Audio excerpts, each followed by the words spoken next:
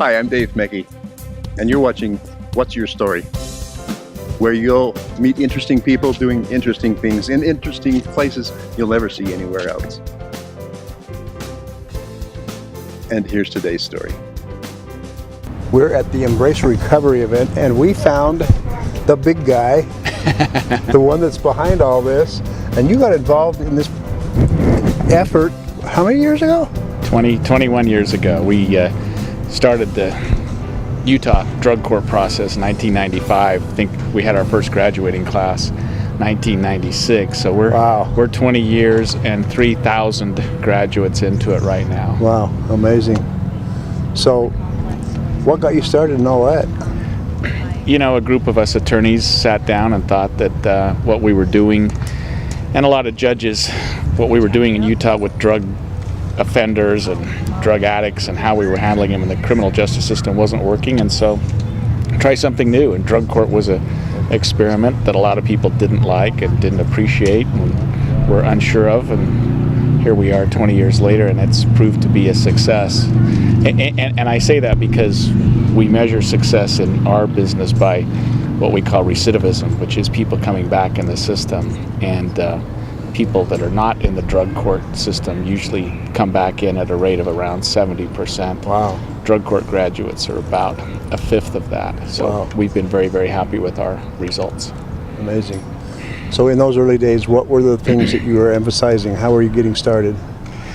It was just trying to sell it to a group of judges and attorneys and prosecutors and defense lawyers who were sort of set in a system that we've had in our country for 200 years, and trying to convince them of a new way to do things where we don't plea bargain, where we don't do trials, where we don't do motions to suppress evidence based on, you know, bad searches, bad seizures, that kind of a thing. We come into court and you say, look, if you want to get through your drug process, you're going to enter into this court and you're going to complete it, and we're going to test you, and we're going to see how you're doing, and we're going to make you give your soul to us for a year and see how it shakes out. And it's been pretty remarkable. Yeah, that's awesome.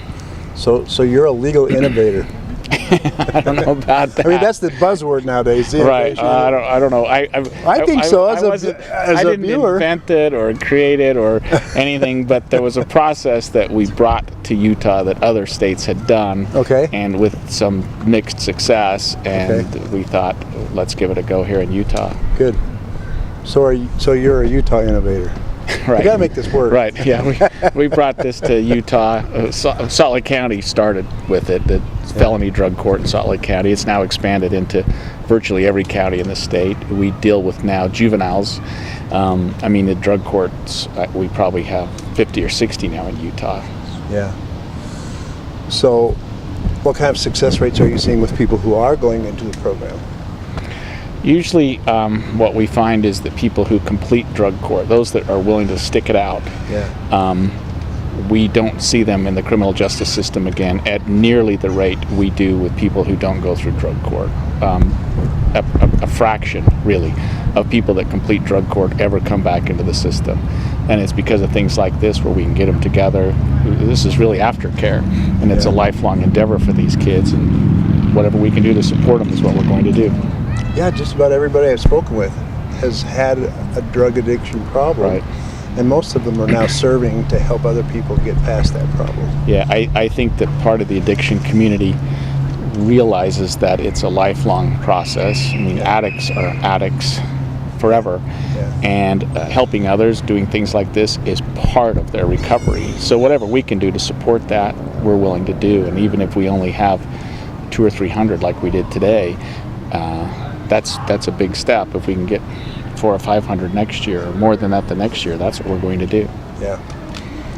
And some of this information you're sharing and others have shared today are things we're going to use to try to show more people what's happening for next year. Yeah. And the more we can get people to see what drug court is, the more the rest of the community can see that it's not just, you know, trying to keep addicts away from the rest of us, but really just the opposite, to bring them back into the community, get them jobs, get them housing, take care of their families. You see beautiful kids here, beautiful children who, you know, are suddenly reunited with their parents for the first time in 10 years because daddy's sober now. mommy's working, mommy's got a job, you know, and they're not being raised in a system that they're not comfortable with. They're back with their parents, and that's really a really pretty thing. Yeah, it's excellent. So you could have chosen any other venue. Law's a big field. What brought you to this one? I love practicing law. I like doing the criminal part of it. I've been a prosecutor, defense attorney, kind of just helping people through that process. You know, people think of criminals as a different part of society, but there's somebody that was at this event today that's in every neighborhood in Salt Lake County. So it's not like the criminal element is over here and we all live over here. Right. Drug addiction is everywhere, and so being able to help that segment and being able to do something about it other than just incarcerate people is what we ought to be doing. Even Chandler, who got this thing started, comes from a well-to-do family, Right. so to speak. Right. Mom was an attorney. Right. And so, I mean, it can happen in any home. Yeah. So this awareness is a big plus. Yeah. And if we can make this generate more funds in future years and times, all the better. Yeah.